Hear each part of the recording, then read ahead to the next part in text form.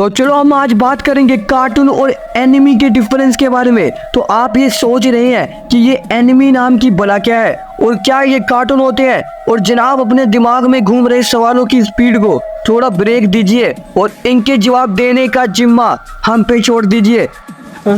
तो चलो स्टार्ट करते हैं ट्रू फैक्ट्स की इस न्यू वीडियो के साथ। गाइस, पहली बात, आपको कार्टून और एनिमी के बीच का डिफरेंस पता होना चाहिए, क्योंकि जब कोई दोस्त उस कार्टून को एनिमी को कार्टून कह देता होगा और आपको अंदर ही अंदर गुस्सा आ जाता होगा, ये मुझे पता है।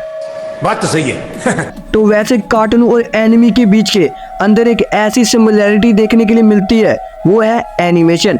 क्योंकि जापान में एनिमेशन को एनिमी कहा जाता है और India, USA and other countries में एनिमेशन को कार्टून कहा जाता है।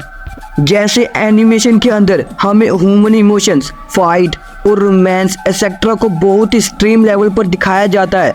इससे जल्दी लोग कनेक्ट हो पाते हैं और इसलिए बच्चे और बड़े इसको देखना पसंद करते हैं। जैसे एनिमी का एग्जांपल दे दूं तो नारुतो, जत्सु काइसन और आईओटी, और कार्टून का एग्जांपल दे दूं तो डोरेमोन, शिनचैन और बेंटन है।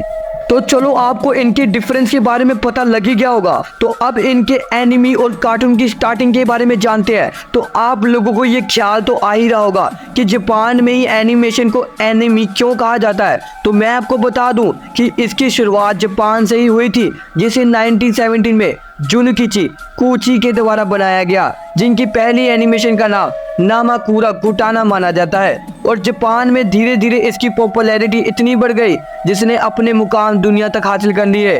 और आपको पता है, तभी एनिमी के चेहरे ज्यादा तीखे और बाल फैले होते हैं।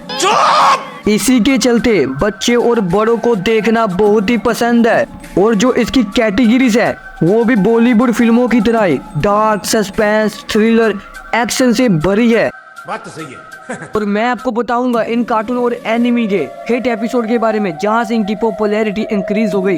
तो मैं आपको बताता हूँ एनिमी के पहले प्रसिद्ध एपिसोड के बारे में, जिसका नाम एस्ट्रो बॉय था।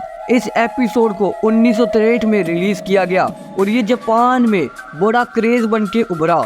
और इस एपिसोड में एस्ट्रो बॉय एक रोबोट है और इंसानियत की मदद करता है और एडवेंचर में शामिल होता है। और इसमें एस्ट्रो बॉय को इंट्रोड्यूस किया गया है उसके यूनिक पावर से, जो उसको एक आइकॉनिक कैरेक्टर बनाने में मदद करते हैं।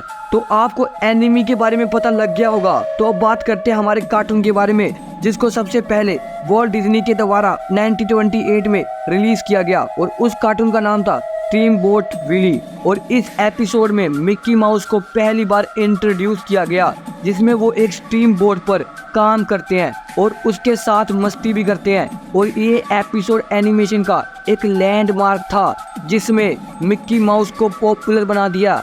तो ये वीडियो आपको थोड़ा सा भी बढ़िया लगा हो तो इसमें 1000 के सब्सक्राइबर कंप्लीट करवा दो। तब तक के लिए बाय बाय।